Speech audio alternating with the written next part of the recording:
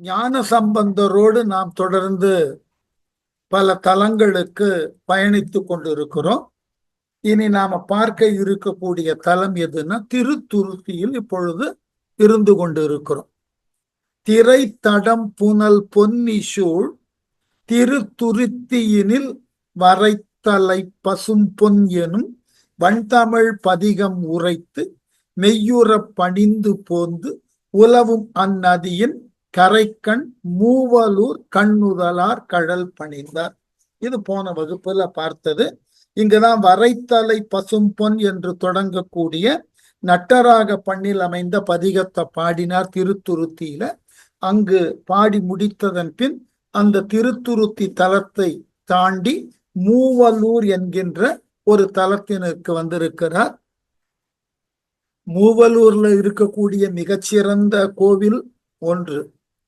பிற்காலத்துல இந்த கடவுள் மறுப்பு கோட்பாடுகள் தோன்றின காலத்துல இந்த மூவலூரை சார்ந்த ஒரு பெண்மணி தான் பெரியாரால் பெரிதும் கவரப்பட்டு மூவலூர் ராமாமிர்தம்னு பேரு. அவர்கள் தேவதாசி மரபுல வந்தவர்கள். அவர்களினுடைய அந்த முதல் தொடக்கம் தான் பின்னாளில் இந்த தேவதாசி மரபுல வந்த பல பெண் கலைஞர்கள் நடன தொழிலிலிருந்து மாறுபட்ட பணிகளுக்கு தங்களை ஆட்படுத்தி கொண்டு இந்த தேவதாசி முறை என்கின்ற ஒன்றை ஒழிக்கப்பட வேண்டும் என்று அரசோடு முனைந்து முன்னெடுப்பு செய்து அந்த முறையை ஒழித்தார்கள். மூவலூர் ராமாமிர்தம், அதற்கடுத்து பெங்களூர் நாகரத்தினம் அம்மையார், அப்புறம் நம்ம சென்னையில வந்த முத்துலட்சுமி ரெட்டி. இவர்கள் எல்லோரும் தேவதாசி மரபை சார்ந்தவர்கள். இவர்கள் தங்களினுடைய இந்த குல வழக்கமானது இனி தொடரக்கூடாது என்பதற்காக மிகப்பெரிய அளவில் முனைந்து அது சட்டமாக இயற்றுவதற்கு உரிய அளவில்னா பெங்களூர் நாகரத்ன அம்மாவும் முத்துலட்சுமி ரெட்டியும் நம்முடைய அசம்பிளியில சிட்டிங் மெம்பரா இருந்தார்கள். அவர்கள் காலகட்டத்தில் 52, 54 இந்த 2 ஆண்டுகள்ல சட்டம் இயற்றி மீண்டும் கொண்டு வருவதற்கு வாய்ப்பு உண்டு என்ற நிலை வந்த போது மீண்டும் போராடி அதை நிரந்தரமாக தடை செய்தவர்கள். அதனால மூவலூர் ஆன்மீகத்திற்கு மட்டும் ஒரு சிறந்த தலமாக கருதப்படாது, பின்னாளில் தோன்றின இது போன்றதாகிய சமூக புரட்சிகரமான செயல்பாடுகளுக்கும் வித்திட்ட ஒரு தலம். அதனால மூவலூரை ஞாபகம் வைத்துக் கொள்ளணும்.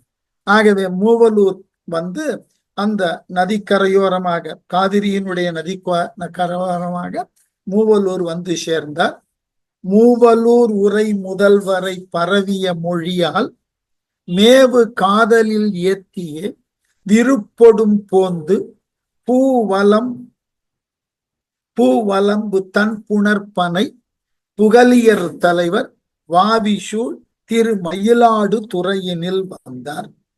மூவலூர்ல பதிகம் பாடியிருக்கார், கிடைக்கல. ஆனால் அந்த தலத்திற்கு மூவலூர் உரை முதல்வரை பரவிய மொழியால், பரவுதல் என்றால் பாராட்டுதல், மொழியால்னு சொன்னா அங்க பண் பாடியிருக்கணும், ஏதேனும் ஒரு பதிகத்தை பாடியிருக்கணும், அது கிடைக்கல. மேவு காதலில் ஏத்தி, அந்த மூவலூரிலே குடிகொண்டு இருக்கக்கூடிய இறைவன் மீது கொண்ட மேலான அன்பினால் அந்த இறைவனை புகழ்ந்து பதிகம் பாடினார், அது கிடைத்துள்ளது. ஆகவே உரைத்து பூவலம்பு தன் புணர்ப்பனை புகலியர் தலைவர்.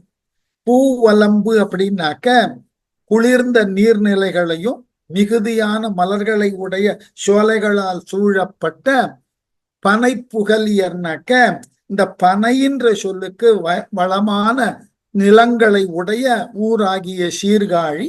அந்த சீர்காழியின் தலைவராகிய ஞான சம்பந்தர் வாவிசூழ் குளங்கள் பலவற்றால் சூழப்பட்ட திரு மயிலாடுதுறையினில் வந்தார். மயிலாடுதுறை என்கின்ற ஊரினுக்கு வந்தார். இந்த ஊரை பத்தி நிறைய என்னால சொல்ல முடியும். ஏனென்றால் என்னுடைய முன்னோர்கள் இருந்த ஊர், என்னுடைய சொல்லுகிறோம் அல்லவா, எங்களினுடைய சொந்த ஊர் என்ற பெருமைக்கு உரியதான ஒரு தலம்.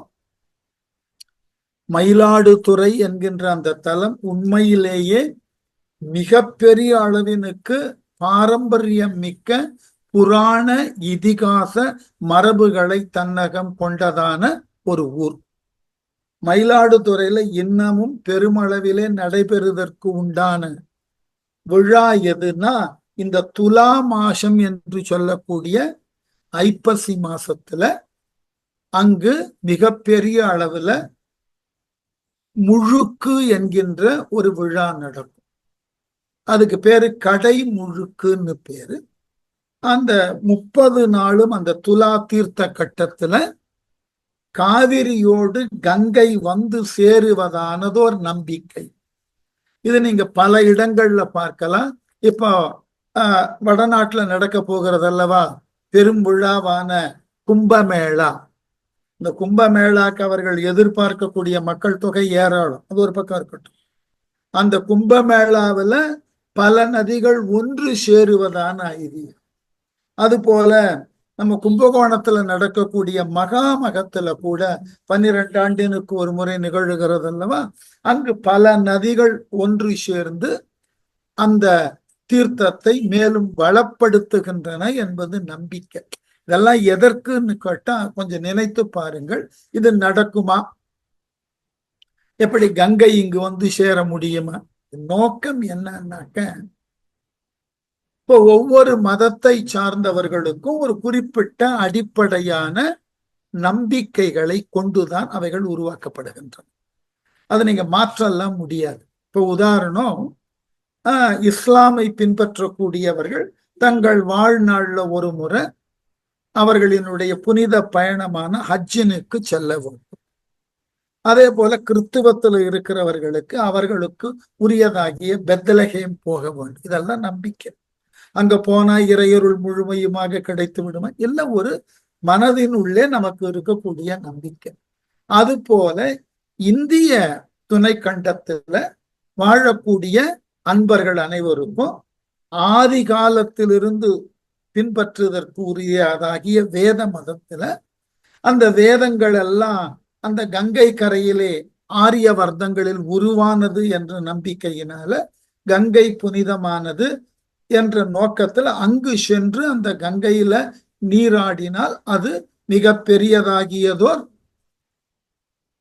புண்ணியம்னு ஒரு நம்பிக்கை காலம் காலமாக வளர்க்கப்பட்டிருக்கு. இன்று நேற்றுள்ள புராண இதிகாச காலங்கள்ல இருந்து. அப்ப அந்த கங்கைக்கு செல்லக்கூடிய வாய்ப்பு எத்துணை பேருக்கு கிடைக்கும். இன்றைக்கு 1000 வசதிகள் வந்து விட்டன. இன்றைக்கு நீங்க கங்கைக்கு போய் காசியில குளிக்க வேண்டும்னா காலையில் நினைத்தால் மதியத்திற்குள்ள போயிட முடியும். விமான சேவைகள்லாம் இருக்கு. அந்த காலத்துல அந்த வாய்ப்பெல்லாம் கிடையாது. ஒவ்வொரு இந்துவினுடைய வாழ்நாள் குறிக்கோளாகவே அது கருதப்படும். அது செல்லுதல் என்பது தேவை. இது ஒரு தவிர்க்க முடியாத ஒரு வழிபாட்டு முறை. அப்போ இது வகுப்புல இருக்கு. அப்போ இந்த அடிப்படையான நிலையில இந்த புண்ணிய நீர் நிலைகளில் உள்ள அந்த புண்ணியத்தினுக்கு உரியதான நீரெல்லாம் ஒரு குறிப்பிட்ட காலத்துல ஒவ்வொரு தலத்தினுக்கு வருவதான ஒரு நம்பிக்கையை உருவாக்கினார்கள். எது போல ஒரு ஊர்ல இருந்து கொண்டு கோவிலுக்கு சென்று வழிபாடு செய்ய முடியாத ஊனமுற்றோர்களோ அல்லது உடல் நலம் இழந்தவர்களும் இருந்த பொழுது இறைவனே கோவிலை விட்டு வெளிப்போந்து ஊர்வலமாக வந்து எல்லோருக்கும் காட்சி கொடுக்கிறான். அதுதான் இறைவனினுடைய எளிய தன்மை, சௌலபியம்னு பேசப்படுகிறது. அது போல எல்லா புண்ணிய நதிகளுக்கும் போய் நீராட வேண்டும்ன்ற எண்ணம் இருக்கிறது. ஆனால் இயலாத நிலை, ஒன்று பொருளாதார இயலாமை இருக்கலாம், உடல் அளவுல இயலாமை இருக்கலாம். இப்படிப்பட்ட சூழ்நிலையில இந்தந்த காலங்களில் இந்தந்த நதிகளெல்லாம் இங்கு வந்து சேருகின்றன. ஆகவே அந்த இடத்தினுக்கு நீங்கள் சென்று அந்த நாளிலே அந்த நீர்நிலையில் வழிபட்டால் அல்லது குளித்தால் ஏனைய பிற புண்ணிய நதிகளிலே குளித்ததற்கு உண்டானதாகிய புண்ணியங்கள் கிடைக்கும். இது எல்லோருக்கும் மனதில் கொடுக்கப்படக்கூடிய ஒரு வலு. இது தவிர்க்க முடியாது, வேணும். இதெல்லாம் தேவை என்ன கேட்டா, போன வகுப்புல சொன்னேன் இல்லையா, இந்த கால அளவு எப்படி என்று நாம பார்க்கின்றோமோ அது போல இது மானசீகமாக ஒரு நாள்ல, இப்ப காவிரியில இந்த துலா மாதத்துல காவிரியில போய் குளிக்கக்கூடியவர்கள்லாம் என்ன நினைத்து குளிப்பார்கள்? இங்கு கங்கை வந்து சேருகிறது என்ற எண்ணத்தோடும் நம்பிக்கையோடும் குளிக்க. நம்பிக்கை தான் அடிப்படை. அங்கு கங்கை நீர் வருகிறதா வரலையாலாம் பிரச்சனை இல்லை, ஞாபகம் வச்சுக்கணும். அங்க கங்கை நீர் வருகிறதா வரலையான்றதெல்லாம் பிரச்சனை, நம்பிக்கை. இந்த தலத்தினுக்கு தான் நாவுக்கரசர் வேடிக்கையா கேட்டார்.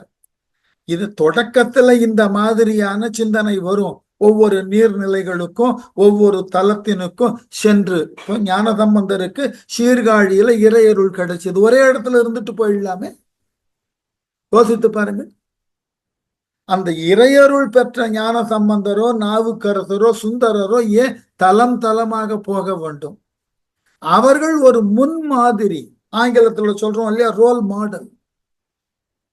நான் இவ்வாறு இருந்தேன், இறையருள் எனக்கு கிடைத்தது. ஆகவே இறைவன் குடிகொண்டு இருக்கக்கூடிய தலங்களுக்கெல்லாம் இவர்கள் செல்லுகின்ற பொழுது இவர்களை போல பக்தி செலுத்தினால் நாமும் இறையருளுக்கு உட்படுவோம் என்ற நம்பிக்கையை வளர்க்கணும். நம்ம அப்படித்தானே எல்லாவற்றையும் ஒப்பு நோக்கி தானே பார்க்கிறோம். இதனை அவன் செய்தான், அதனால் முன்னிற்கு வந்தான், அது போல் நீ செய். இதுதானே இன்றைக்கு உலகத்துல எல்லா நாடுகளோடும் தனி மனிதர்களோடும் இந்த ஒப்புமைதான் வாழ்க்கை. நாவுக்கரசர் கேட்கிறார், ஒரு நிலையை நீ தாண்டிட்டேன்னா அது தேவையில்லைன்னு. கங்கை ஆடினில் என், காவிரி ஆடிலின் என், பொங்கு மாகடல் ஓதத்து ஆடினில் என், எங்கும் ஈசன் இல்லை எனாதவர்க்கு எங்கும் ஈசன் இல்லை என்ன. அது உயர்நிலைக்கு போன உடனே கிடைக்கக்கூடிய ஒரு மன பக்குவம். தொடக்கத்துல ஒரு நம்பிக்கை தான்.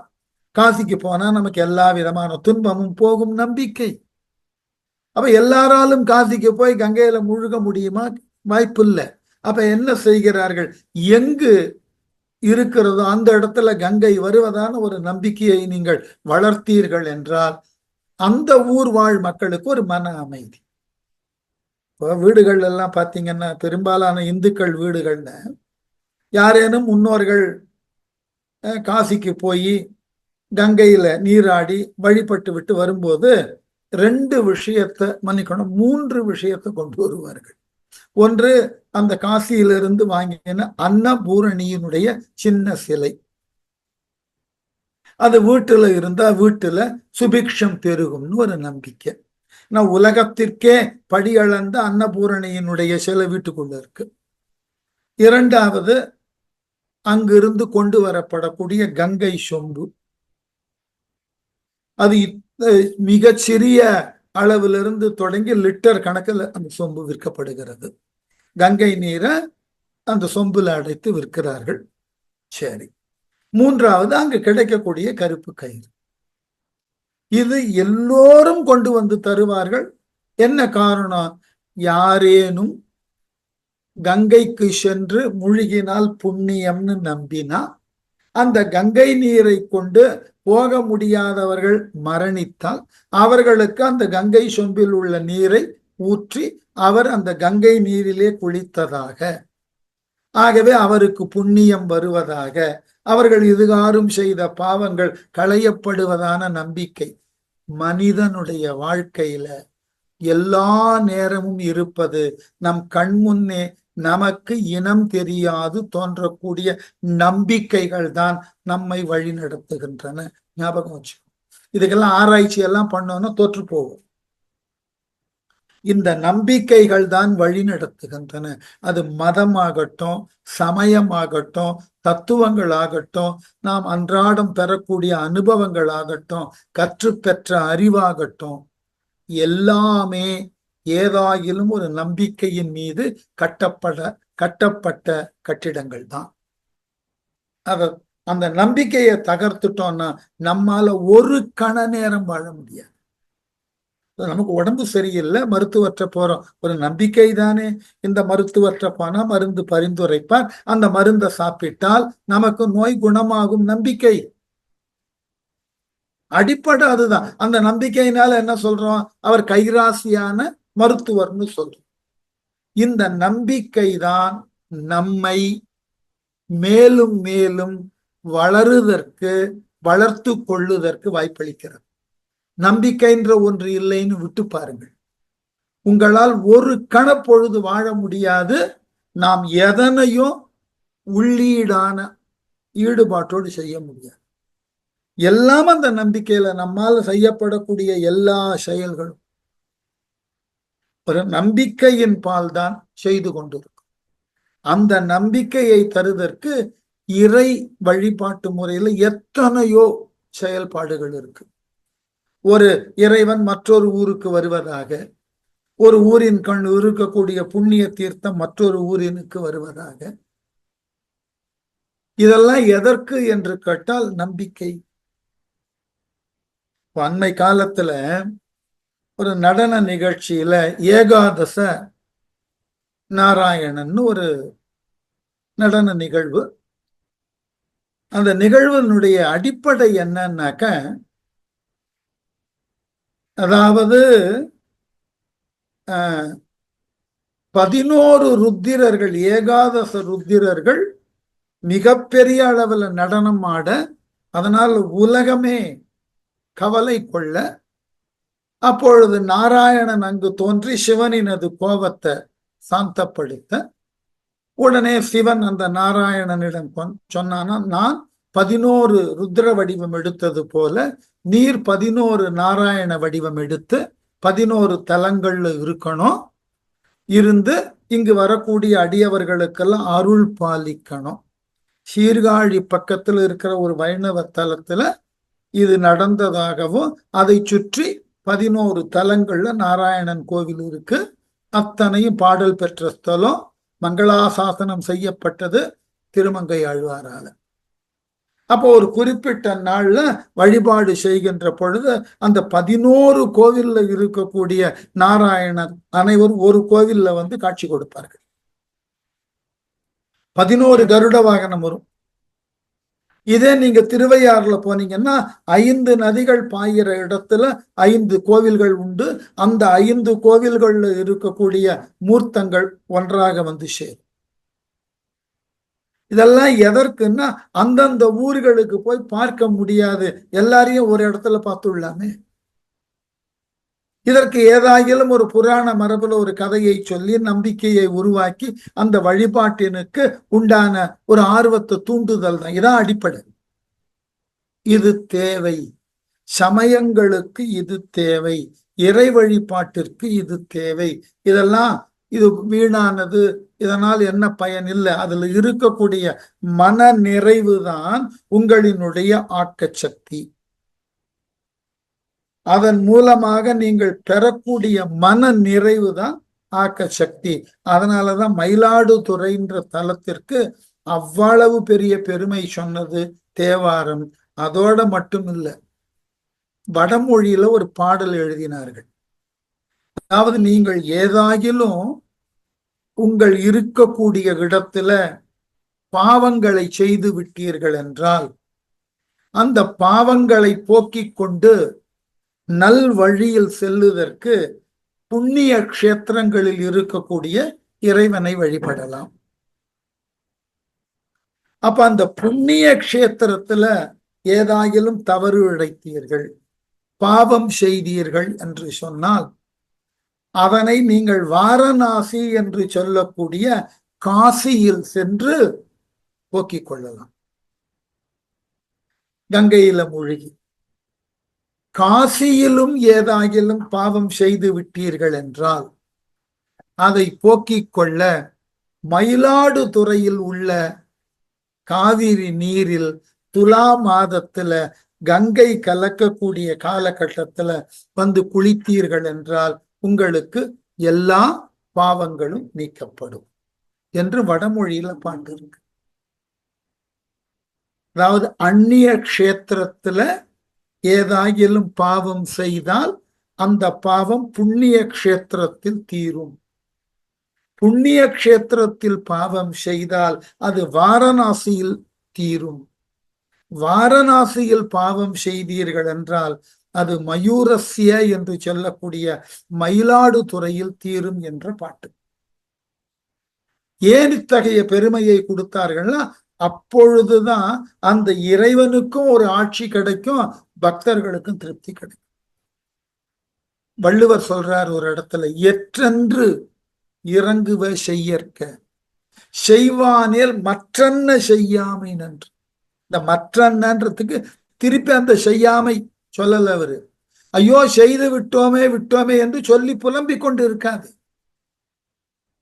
அப்போ நம்ம மனதுக்குள்ள நம்மை அறியாமல் சில தவறுகளை செய்திருக்கிறோம்னா அந்த தவறுகளினால் விளையக்கூடிய அந்த அழுத்தம் நமக்கு ஒரு விதத்துல விடுபட்டால்தான். இதை உளவியல் பேசுகிறது, இன்றைய நவீன உளவியல் அதை பேசுகிறது.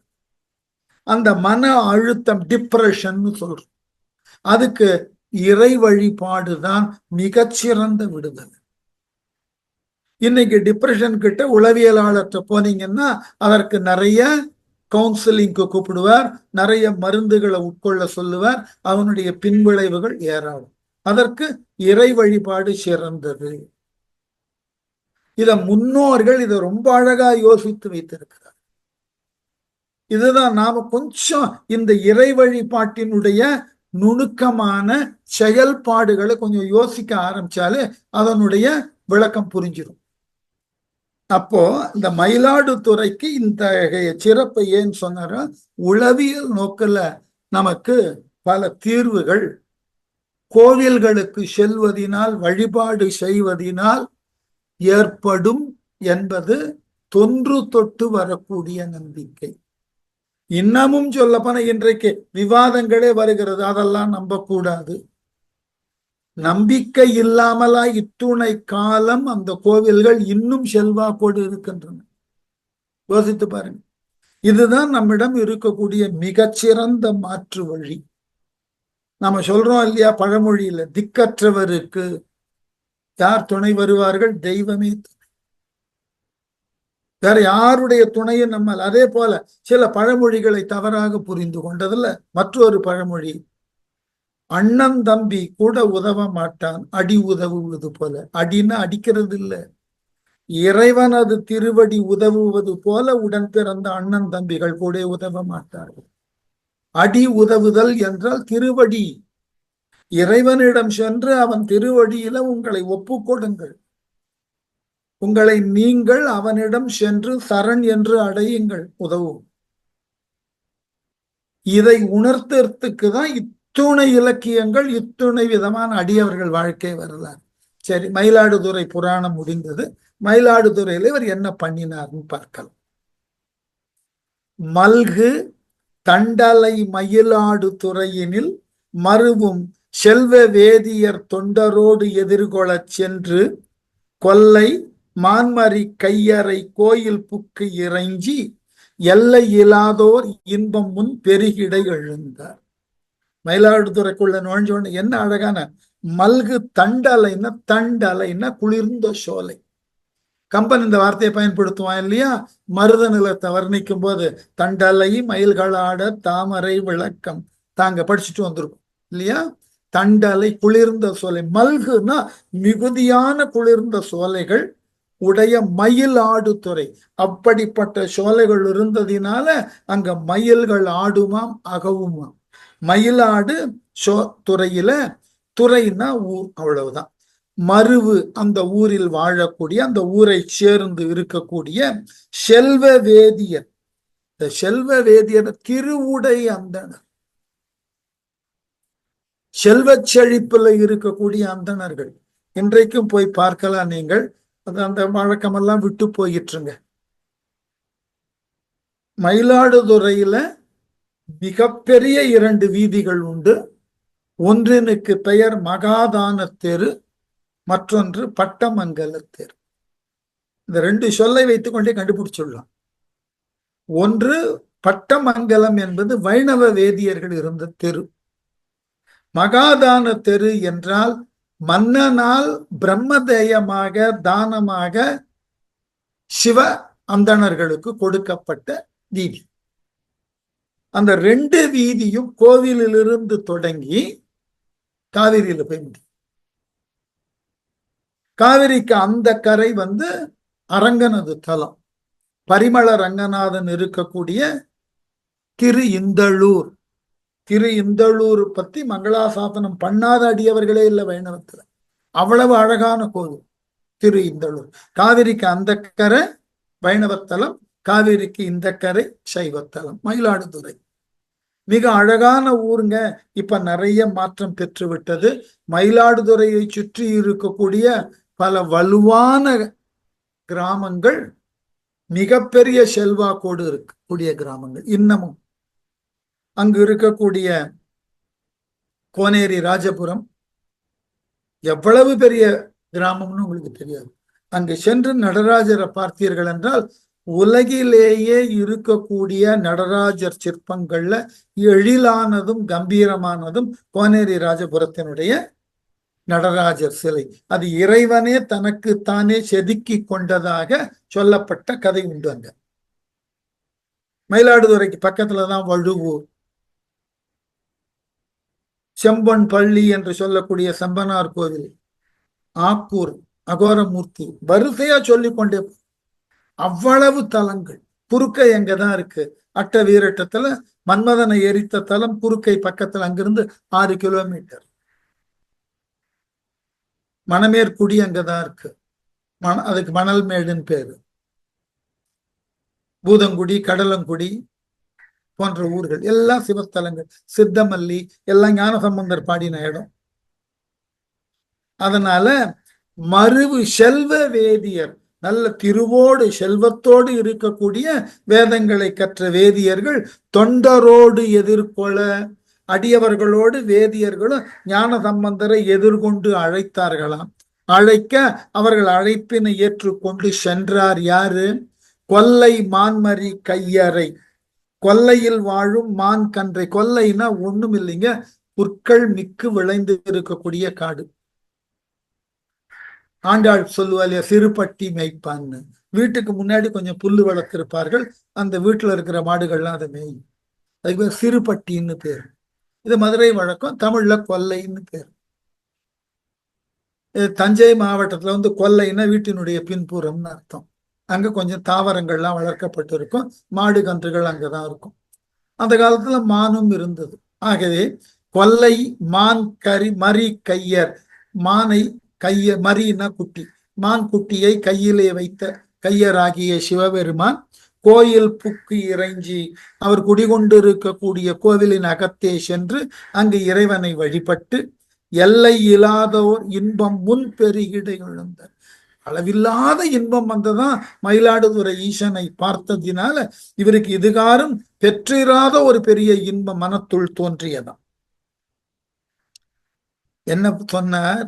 உள்ளம் இன்புற உணர்வுறும் பரிவு கொண்டு உருகி வெள்ளம் தாங்கிய சடையாரை விலங்கு சொற்பதிகத் தெள்ளும் இன்னிசைத்து இழைப்பொடும் புறத்தனைத்து அருளி வள்ளலார் மற்ற வளம்பதி மறுவுதல் மகிழ்ந்தார். உள்ளம் என்பது அந்த பெரிய மகிழ்ச்சி ஏற்பட்டதுனால அந்த மயூரநாதரை பார்த்து மகிழ்ச்சி அதிகமாகி போனதுனால உணர்வுறும் பரிவு கொண்டு அந்த இறைவனோடேயே இருக்க வேண்டும் என்ற உள் உணர்வு பரிவாக வெளிப்பட உருகி அந்த இறைவன் பால் கொண்ட அன்பினாலேயே கசிந்து வெள்ளம் தாங்கிய சடையாரை, வெள்ளம்னா நீர்பெருக்கு, இங்க கங்கை, கங்கையை தலையிலே சூடியவனாகிய அந்த சிவபெருமானை விலங்கு சொற்பதிகத்து அழகான சொற்களை கொண்டு இனிமையான பதிகத்தை பாடினார். என்ன? தெள்ளும் இன்னிசன, தெளிவான இனிமையான பதிகம். அழகான பண்ணுல தெளிவான சொற்களை கொண்டு பொருள் பொதிந்த அழகான பதிகத்தை பாடினார். இன்னிசைத்து இழைப்பொடும் புறந்தணைந்து அருளி, அந்த தெளிந்த இனிய இசையோடு அந்த பதிகத்தை பாடி வெளியே வந்து இளைப்போடும் புறந்தணைந்து கோவிலை விட்டு வெளியே வந்து அருளி தன்னை சுற்றி இருந்த அடியவர்களுக்கெல்லாம் அருளினை செய்து வள்ளலாராகிய ஞான சம்பந்தர் வளம்பதி மருவுதல் மகிழ்ந்தார். ஏனைய பிற வளமான பதிகளுக்கு சென்று வழிபடுவதற்காக மயிலாடுதுறையை விட்டு நீங்கினார். மயிலாடுதுறையில பாடின பதிகம் கரவின்றி என்று தொடங்கக்கூடிய தக்கராக பண்ணில் அமைந்த பதிகம். இந்த மயிலாடுதுறையில சில நாள்ல இருந்ததனால மற்றொரு பதிகமும் பாடியிருக்கார். ஏன எயிறு என தொடங்கும் சாதாரி பண்ணில் அமைந்த ஒரு பதிகம். மயிலாடுதுறையில ஞான சம்பந்தர் பாடின 2 பதிகமும் கிடைத்திருக்கிறது. அதனால அது மயிலாடுதுறையினுடைய பெருமை. அப்படி பாடி முடிச்ச உடனே அத்திருப்பதி அகன்று போய், மயிலாடுதுறையில சில நாள், மயிலாடுதுறைக்கும் சீர்காழிக்கும் இன்றைக்கும் 13 கிலோமீட்டர் தான். அதனால பக்கத்து அவருடைய ஊருக்கு அருகில் இருக்கக்கூடிய ஊர். அத்திருப்பதி அகன்று போய் அணி கிளர் சூல கைத்தலப்படை வீரர் செம்பொன் பள்ளி கருதி மெய்த்த காதலில் விளநகர் விடையவர் பாதம் பத்தர் தம்முடன் பணிந்து இசைப்ப பதிகம் முன் பகந்தார். அங்கிருந்து எங்க போற? மயிலாடுதுறையிலிருந்து செம்பொன் பள்ளி. மயிலாடுதுறையிலிருந்து 11 கிலோமீட்டர். செம்பொன் பள்ளினாக்க செம்பொன் ஆர்கோவில், செம்பொன் ஆர்கோவில். அத்திருப்பதி அகன்று மயிலாடுதுறை என்ற திருத்தலத்திலிருந்து நீங்கி போய் அணி கிளர் சூல கைத்தலப்படை வீரர், அழகு மிகுந்த சூலப்படையை கையிலே கொண்டுள்ளவராகிய வீரர், வீரார்ந்த தன்மைக்கு உரியவராகிய சிவபெருமான் குடிகொண்டுள்ள செம்பொன் பள்ளி கருதி, செம்பொன் பள்ளி என்று சொல்லக்கூடிய இன்றைய செம்பனார் கோவில், அங்கு சென்று மொய்த்த காதலில் விளநகர் விடையவர் பாதம், அந்த இறைவன் மீது கொண்டுள்ள காதலினால் அந்த மெய்மையான பெருவிருப்பார் திருவிளநகரில் எழுந்தருளிய ரிஷப வாகனத்து அதிபதியான பாதம் பக்தர் தம்முடன் பணிந்து, தன் உடனாக வந்த பக்தர்களோடு பணிந்து இசை பதிகம் முன் பகர்ந்தார். இசையோடு கூடிய பதிகத்தை பாடினார். அதுதான் செம்பொன் பள்ளியில் அவர் பாடின பதிகம். மறுவார் குழலி என தொடங்கக்கூடிய தக்கராக பண்ணில் அமைந்த பதிகம். திருவிளநகரில் அருளிய பதிகம் ஒளிர் இளம் பிறை என தொடங்கும் காந்தார பண்ணில் அமைந்த பதிகம். இந்த விளநகர் ரொம்ப அழகானது ஒரு ஊர், அதையும் பார்க்கலாம். அது அந்த கடற்கரை தரங்கம்பாடி வரைக்கும் நீங்க போகலாம். அதாவது காவிரி ஒரு இடத்துல போய் திரும்பும், அந்த திரும்பக்கூடிய இடத்துல இருந்து அது புகாருக்கு போயிடும். வலது பக்கமா போனீங்கன்னாக்க மிகச்சிறந்த தலங்களாக ஆக்கூர் இருக்கும், அதுக்கப்புறம் தில்லையாடி இருக்கும், அப்புறம் திருக்கடையூர் இருக்கும், திருக்கடையூருக்கு அப்புறம் தான் தில்லையாடி, தில்லையாடிக்கு அப்புறம் தரங்கம்பாடி. இது ஒரு அழகான தலங்கள் இருக்கக்கூடிய ஊர்கள், போய் பார்க்கலாம்.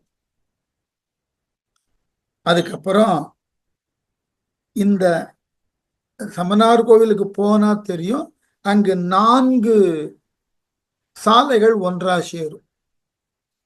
அந்த 4 சாலைகள் நம்ம தஞ்சை மாவட்டத்தில் அதுக்கு ரொம்ப அழகா பேர் வைத்திருப்பார்கள், கூட்டு ரோடுன்னு. 4 சாலைகள் ஒன்றாக சேரக்கூடிய இடம், அது ஒரு சதுரத்தை ஏற்படுத்தும், அதுக்கு கூட்டு ரோடுன்னு பேரு. ஒன்று மயிலாடுதுறையிலிருந்து தரங்கம்பாடி செல்லக்கூடிய பாதை, மற்றொரு பாதை எங்க அந்த குறுக்க வந்து சேரும்னாக்க சீர்காழியிலிருந்து மயிலாடுதுறையை தொடாமல் நல்லடை வழியாக வரக்கூடிய பாதை, அது பரியலூர் வரைக்கும் போகும். இந்த சந்திக்கக்கூடிய இடம் கூட்டு ரோடுன்னு பேரு. அதுக்கு பக்கத்துல செம்பன் பள்ளியிலிருந்து செம்பனார் கோவிலிருந்து ஒரு 2 கிலோமீட்டர் போனீங்கன்னா மிகச்சிறந்த ஒரு ஊரான பரியலூர் போகலாம். அதான் அடுத்த பாட்டு. இன்னைக்கு அது பரசலூர்னு ஆயிப்போச்சு, அது பரியலூர்னு பேரு. பாடும் அப்பதி பணிந்து போய் பரியலூர் மேவும் தோடுலா மலர் இதழியும் தும்பையும் அடம்பும் காடும் கொண்ட செஞ்சடை முடி கடவுளர் கருது நீடு வீரட்டம் பணிந்தனர் நிறைமறை வேந்தர். இங்க 2 குறிப்பு சொல்லணும். அதாவது சிவஸ்தலங்களிலேயே பலவேறு விதமான சிறப்புகளுக்கு உட்பட்டு பலவாறாக சிவத்தலங்களை பகுத்திருக்கிறார்கள்.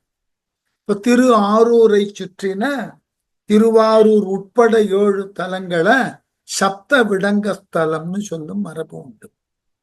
அந்த இடத்துல இறைவன் சுயம்புவாக தோன்றியிருக்கிறார். அங்கு எந்த ஒரு லிங்கமும் யார் ஒருவராலும் உருவாக்கப்பட்ட லிங்கம் அல்ல. வடமொழியில டங்கம்னாக்க, தங்கம்னா உளி, உளியினால் செதுக்கப்படாது தான் தோன்றியாக வந்தவர். அதற்கு அப்புறம் உபயவிடங்க ஸ்தலம் இருக்கு. இதற்கு அடுத்து சரவிடங்க ஸ்தலம் இருக்கு. இது விடங்கஸ்தலத்துக்கு உண்டான பிரிவுகள். அதுக்கப்புறம் 5 பூதத்தலங்கள் உண்டு. எல்லா பூதங்களுக்கும் இவன் தலைவன் ஆகையினாலே 5 பூதங்களான வானம், பூமி, தீ, காற்று, நீர், இந்த 5னுக்கும் பூதத்தலங்கள் உண்டு. 5 இடங்கள்ல இவன் நடன கோலம் கொண்டிருக்கிறதுனால பஞ்ச சபை உண்டு. இவன் 5 விதமான தொழில் செய்வதனால பஞ்ச கிருத்தியங்கள்னு சொல்லக்கூடிய அந்த சபைகளுக்கு தனி கோவில்கள் உண்டு. அதுபோல 8 விதமான அரக்கர்களை அல்லது பகைவர்களை அல்லது பகை உணர்வை தரத்தக்க கூடியவர்களை இவன் அழித்ததனால அதெல்லாம் சம்ஹார தலங்கள்னு பேரு. அதுக்கு தமிழ்ல வீரட்டம்னு பேரு. அடுதல் என்றால் அழித்தல். வீறு கொண்டு அழித்த 8 தலங்கள் அட்ட வீரட்டம்னு பேரு. 8 விதமான வீரட்டம். அதுல கண்டியூர்ல இருந்து தொடங்கும். கண்டியூர்ல பிரம்மனினுடைய தலையை எடுத்தது. பரிசலூர்லயும் தக்கன் தலையை எடுக்கிறாரு. தக்கன் கதை எல்லோருக்கும் தெரியும். தக்கன் என்பவன் ஒரு காலத்துல இந்த பூமியை நிர்வகிக்கக்கூடிய பிரஜாபதியா இருந்தான். அந்த தக்கன் என்கின்ற பிரஜாபதிக்கு 60 பெண்கள். அதுல 60ல 27 பெண்கள் நட்சத்திரங்களாயின. அந்த 27 பெண்களை சந்திரன் மணந்து கொண்டான். அப்புறம் மீதி இருக்கக்கூடிய 33 பெண்கள்ல 3ஆவதாக இருந்த பெண் தாக்ஷாயணி. அவள் சிவன் மீது ஈடுபாடு கொண்டிருந்தாள். அதனால சிவனையே மணக்க வேண்டும்னு நினைத்தாள். அதுக்கு தக்ஷன் மறுத்துட்டான். அதனால கோபம் தாக்ஷாயினிக்கு. தன் தந்தையினுடைய சொல்லை மீறி அவள் இறைவன் சிவனை மணந்து கொண்டு கைலாயம் சென்று விட்டாள். இதனால கோபம் உற்ற தக்ஷன் ஒரு பெரியதொரு வேள்வி செய்தான். அந்த வேள்வியில அனைத்து தேவர்களுக்கும் அபிஸ் கொடுப்பதாக வாக்கு கொடுத்து எல்லோரையும் வரவழைத்தான். சிவனுக்கு அபிஸ் கொடுக்க முடியாது, அவனை அழைக்கவும் முடியாதுன்னுட்டான். இதனால சினந்த தக்ஷனது மகள் தாக்ஷாயணி தக்ஷனோடு வாதிட்டாள்.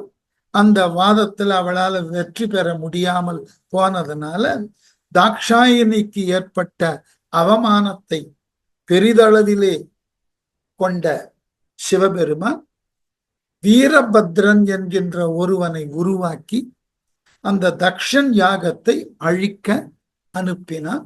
தக்ஷன் அந்த யாகத்துல எல்லோரையும் அழித்தான். அப்போ இந்த தக்ஷனினுடைய தலையை சிவபெருமான் அறுத்தெடுத்தான். தக்ஷனுக்கு ஒரு தம்பி உண்டு.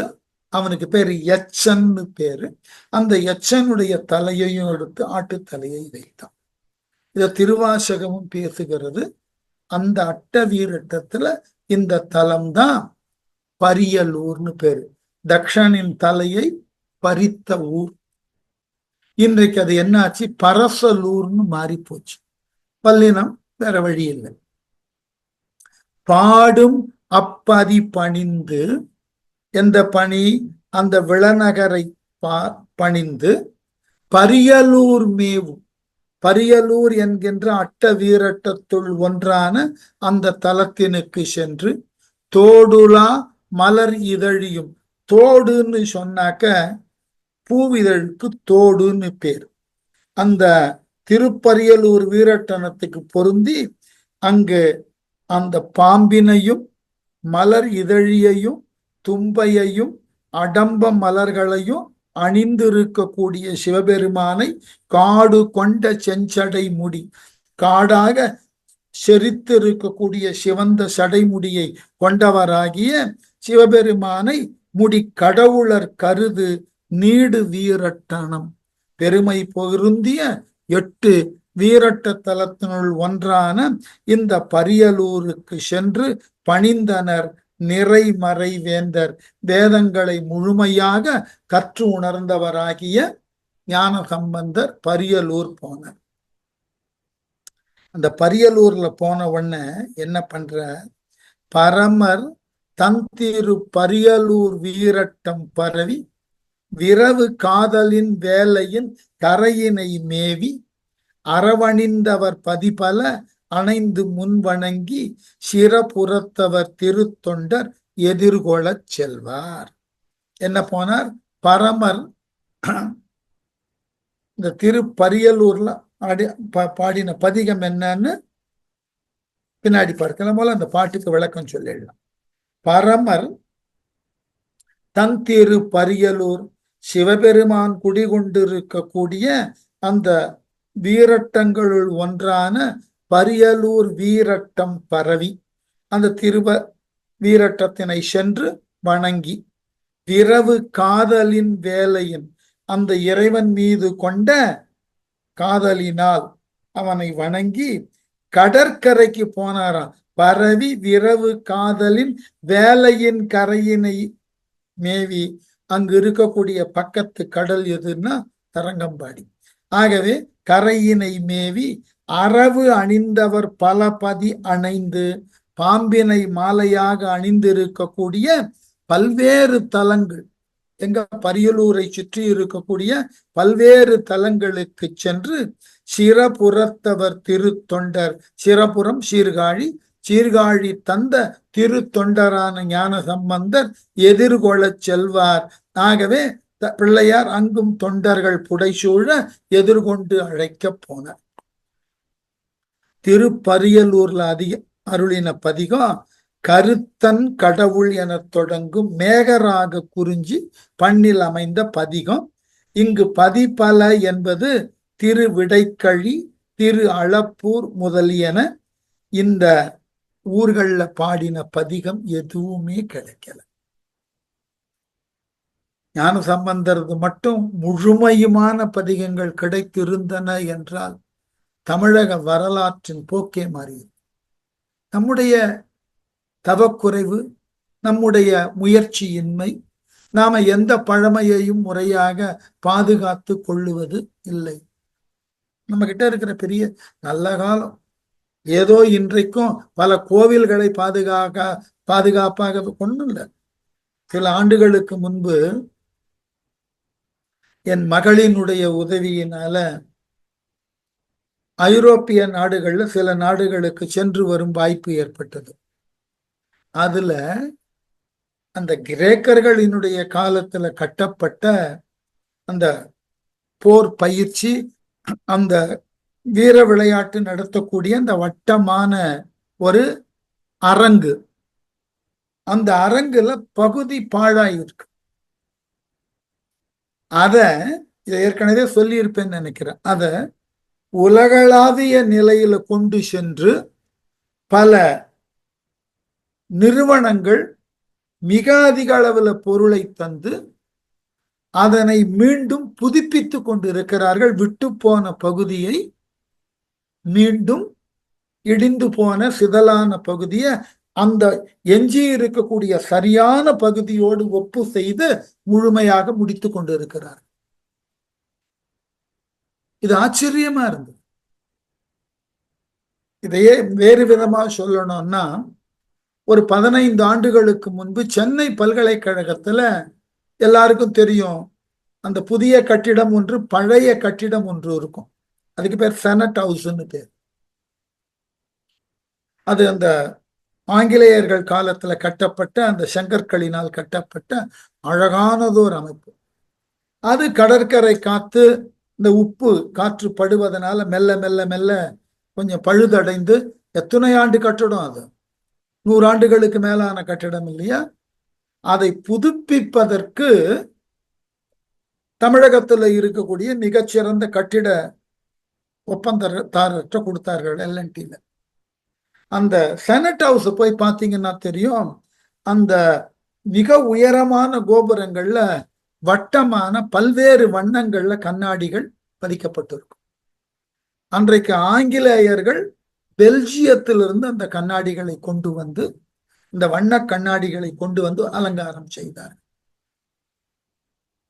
இப்பொழுது அது புதுப்பிக்க கூடிய நிலை வந்தபோது அந்த கண்ணாடிகள் தேவைப்பட்ட பொழுது பெல்ஜியத்துல இது போன்றதாகிய புராதனமான கண்ணாடிகள் செய்தற்கு உண்டான தொழிலாளர்கள் அருகி வெகு சிலர் தான் இருக்கிறார்கள்.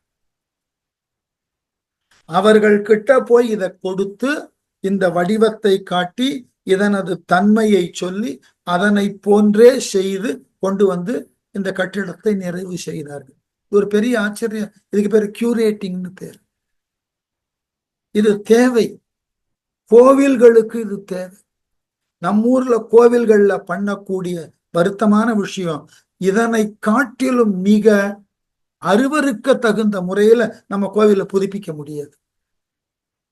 கோவில் சுவர்ல இருக்கக்கூடிய கல்வெட்டுகள் எல்லாம் மறையக்கூடிய அளவிற்கு வண்ணம் பூசுதல், ஒண்ணு வெள்ளையும் காதியமா கலந்து பூசிட வேண்டும். பல கோவில்களினுடைய மதில் சுவர்கள்ல பல உயரிய கல்வெட்டுகள் இருக்கு. அவைகள் எல்லாம் வரலாற்று சான்று ஆதாரங்கள். அதை முற்றிலும் அழிச்சிருக்கும். நல்ல காலம் ராஜராஜ சோழனது கோவிலுக்குள்ள உள்கூட்டுல கல்வெட்டுகள் இருந்ததுனால தப்பிச்சது. இதெல்லாம் நாம முறையாக பராமரிக்க வேண்டும். இது நம்முடைய வழிபாட்டு சம்பந்தப்பட்ட வேலை மட்டுமல்ல, நம்ம பண்பாட்டு சம்பந்தப்பட்ட வேலை மட்டுமல்ல, நம்முடைய மண்ணை முன்னோர்கள் ஆண்டதனினுடைய வரலாற்று எச்சங்கள். அதை நம்ம பராமரிக்கிறதே இல்லை.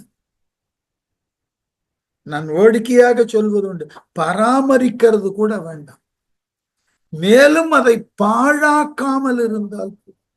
உண்மையிலேயே நெகிழ்ந்து சொல்லக்கூடிய இடம்.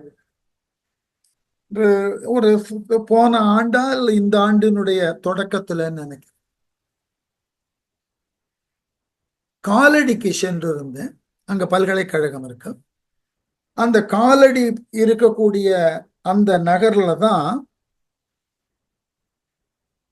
நம்முடைய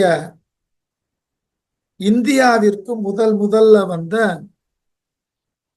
தாமஸ் அங்கு வந்து இறங்கியதான ஒரு நம்பிக்கை இருக்கிறது. அதை பலர் கற்பனை என்கிறார்கள், அவர்கள் நம்புகிறார்கள், நம்பிட்டு போட்டோம், ஒன்றும் தப்பு இல்லை. அந்த தாமஸ் அவர்களுக்காக கட்டப்பட்ட, அவர் நினைவாக கட்டப்பட்ட ஒரு பழைய வழிபாட்டு தலம் இருக்கு, தி ஓல்ட் சர்ச். அதை போய் பார்த்தீர்கள் என்றால் ஏதோ நேற்று கட்டப்பட்டது போல அவ்வளவு தூய்மையாக வைத்திருக்கு. அப்போ நாம் நம்முடைய இறைவனுக்கு எவ்வளவு முக்கியத்துவம் கொடுக்கிறோம், எவ்வளவு விழா எடுக்கிறோம், இவைகளுக்கு மேலாக அந்த இறை தலங்களை தூய்மையாக வைத்திருக்க வேண்டும். அதனால்தான் எனக்கு நாவுக்கரசர் ரொம்ப பிடிக்கும். வழிபாடு ஒரு பக்கம் இருக்கட்டும், அதோடு அந்த இடத்தை தூய்மையாக வைத்துக் கொள்ள வேண்டும் என்பது ஒவ்வொரு இறை அன்பர்களின் பொறுப்பு என்பதற்காக கையில உழவார படையோட இருக்காரு.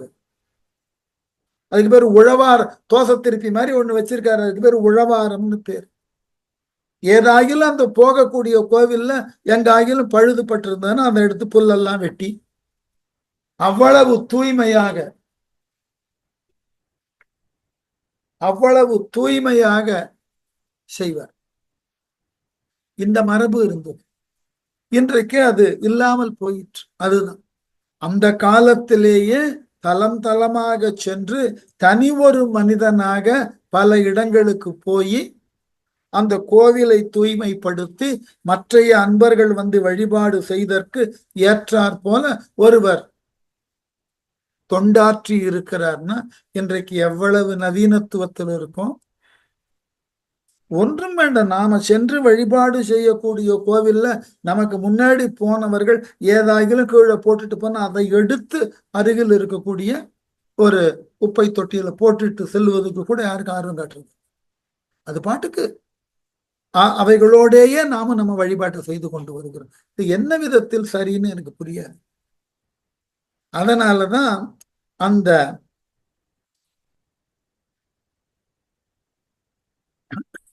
கோவிலுக்கு சென்று அந்த தலமாகிய பரியலூர்ல சிவபுரத்தவர் திருத்தொண்டர் எதிர்கொள்ள சென்று வழிபட்டார். ஏனைய பிற தலங்களுக்கும் போனார். அந்த தலங்களுக்கு உண்டான பதிகங்கள் நமக்கு இன்று வரை கிடைக்கல. அடுத்து அதனை தொடர்ந்து எங்கு பயணிக்கிறார்? அடியவர்கள் களி சிறப்ப திரு வேட்டக்குடி பணிந்து அங்கு அலைவாய் போகி கடி கமழும் மலர் பழன களரி நாட்டு அகன்பதிகள் கலந்து நீங்கி கொடி மதில் சூழ் தருமபுரம் குறுகினார். குண்டர் சாக்கியர்த்தம் கொள்கை படி அறிய பழுது என்றே மொழிந்து உய்யும் நெறி காட்டும் பவளவாயர். இந்த இடத்துல சேக்கிழார் ஒரு குறிப்பிட்டார். அடியவர்கள் களி சிறப்ப, அடியவர்கள் களினா மிகுதியான மகிழ்ச்சியை கொள்ள திருவேட்டக்குடி பணிந்து, திருவேட்குடின்னு பேரு, அந்த ஊரினுக்கு சென்று அங்குள்ள இறைவனை வணங்கி கலைவாய் போக்கி கடற்கரை வழியே சென்று நிறைய மனங்கள் பணிந்து அங்கு அலைவாய் போகின்னு பிரிச்சிட்டீங்கன்னா அலைகளால் சூழப்பட்ட கடி கமழும் மலர் பழன கழனி நாட்டு அகன்பதிகள் கலந்து நீங்கி கடற்கரை வழியே சென்று மனம் வீசக்கூடிய பலவாகிய மலர்களை கொண்டுள்ள வயல்களால் சூழப்பட்ட சோழ நாட்டின் பெரும் பகுதிகளை, பெரும் பதிகளையெல்லாம் கடந்து சென்றார். நீங்கி எங்கு வந்து சேர்ந்தார்? கொடி மதில் சூழ் தருமபுரம் குறுகினார். இந்த பதிகளுக்கெல்லாம் சென்று வணங்கி சமண சாக்கியர்களின் கொள்கைகள் குற்றம் உடையவை என்று உலகம் அறிய எடுத்து காட்டக்கூடிய அளவில் தர்மபுரத்தினுக்கு வந்து சேர்ந்தார். இப்ப வரலாற்று குறிப்பு என்ன சொல்லுகிறார்கள்னாக்க, இந்த தர்மபுரத்துல சமணர்களுக்கும் சாக்கியர்களுக்கும் இவருக்குமாக ஒரு விவாதம் நடந்திருக்க வேண்டும். அந்த விவாதத்துல இவர் சமணர்களையும் சாக்கியர்களையும் விவாதத்தில் வென்று இருக்க வேண்டும். அதனாலதான் கொடி மதில் சூழ் தர்மபுரம் குறுகி, தர்மபுரம் என்பது மயிலாடுதுறையில் இருக்கக்கூடிய இன்றைய மிக பெரியதோர் ஆதீனம் தர்மபுர ஆதீனம். ஏற்கனவே சொல்லியிருக்க அந்த ஆதீனத்துலதான் என்னுடைய அடிப்படை கல்வி, புலவர் கல்வியை நான் பெற்றேன். ஆகவே அந்த தர்மபுரத்தினுக்கு வந்து குறுகினார், வந்து சேர்ந்தார். வந்து சேர்ந்தவர் என்ன செய்தார்? குண்டர் சாக்கியர், குண்டர்னா சமணர்கள்னு அர்த்தம். சாக்கியர்கள் சாக்கிய கோட்பாட்டினுக்கு உட்பட்டவர்கள். தம் கொள்கை படி அறிய பழுது என்று, படினா உலகம்னு அர்த்தம்.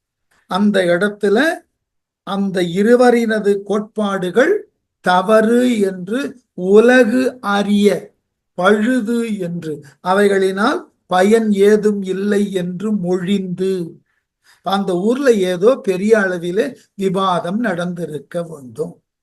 இந்த சமணர்களும் சாக்கியர்களும் இந்த ஞான சம்பந்தரை மறித்து தங்கள் கொள்கைகளை முன்வைத்திருக்க வேண்டும். அந்த காலத்துல இது போன்றதாகிய வழக்கங்கள் நிகழுதல் இயல்பு. இது சங்க காலத்திலிருந்தே இருக்கு. சங்க காலத்துல பட்டினப்பாலைன்னு ஒரு இலக்கியம், பல முறை அதை சொல்லியிருக்கேன். அந்த பட்டினப்பாலை இலக்கியத்துல ஒரு குறிப்பு எழுதுகிறார் கடியலூர் உருத்திரங்கண்ணன்.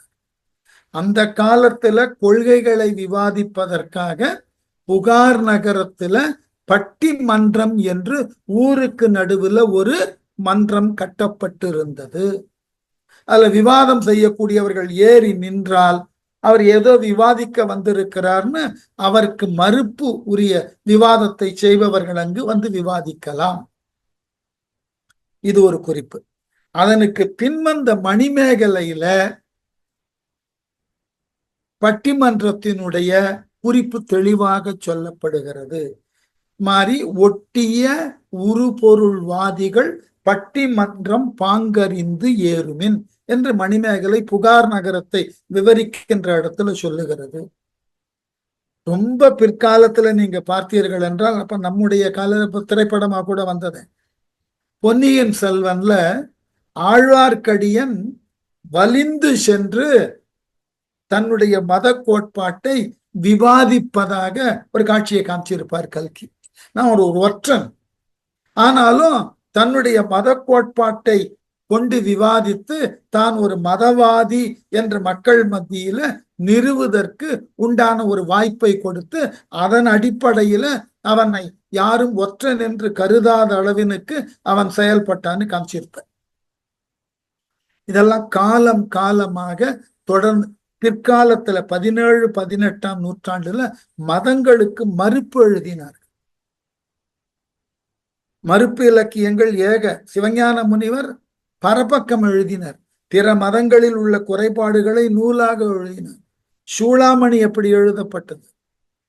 மணிமேகலையாவது பல்சமய கணக்கர்களினுடைய திறத்தை கேட்டதோடு விட்டது. பின்னாடி வந்த சூளாமணி குற்றம் சொல்லி நீக்கியது. ரொம்ப பிற்காலத்துல இயேசு மதத்தை நிராகரித்து நூல் எழுதியிருக்கார். அது கிடைக்கல, பல முறை சொல்லியிருப்பேன். இயேசு மத நிராகரணம்னு ஒரு நூல் எழுதியிருக்கார். அவர் எழுதின 36 நூல்ல 35 நூல் எங்கிட்ட இருக்கு. 36வது நூல் கிடைக்கல. இதான் இந்த நூல். வாழ்க்கையில இறையருள் இருந்ததுன்னாக்க அந்த நூலை படிக்கக்கூடிய வாய்ப்பு கிடைக்கலாம், தெரியாது. அதனால அந்த காலத்துல மதங்களை மறுப்பதற்கு முறையான சித்தாந்தங்களை கொண்டு மறுத்து இருக்கிறார்கள். ஆகவே படி அறிய, படின்னா உலகம், அந்த இடம், அந்த ஊரில் வாழ் மக்கள் இப்படி வேணா எடுத்துக்கலாம். பழுது என்று மொழிந்து உய்யும் நெறி காட்டும் பவள வாயர். ஆகவே சமண சாக்கிய மதங்களின் கோட்பாடுகள் தவறு, நாம் பின்பற்றுவதற்கு உரியதாகிய மதம் சைவம் என்று ஒன்றே என்று மொழிந்து அதனை வணங்குவதினால் உய்வதற்கு உண்டான வாய்ப்பு கிடைக்கும் என்ற நெறியை வழியை காட்டியவராக விளங்கியவர் ஞான சம்பந்தர். அதற்கு பிறகு தருமபுரத்துல என்ன நடந்தது என்பதை அடுத்த வகுப்புல பார்க்கலாம். நன்றி.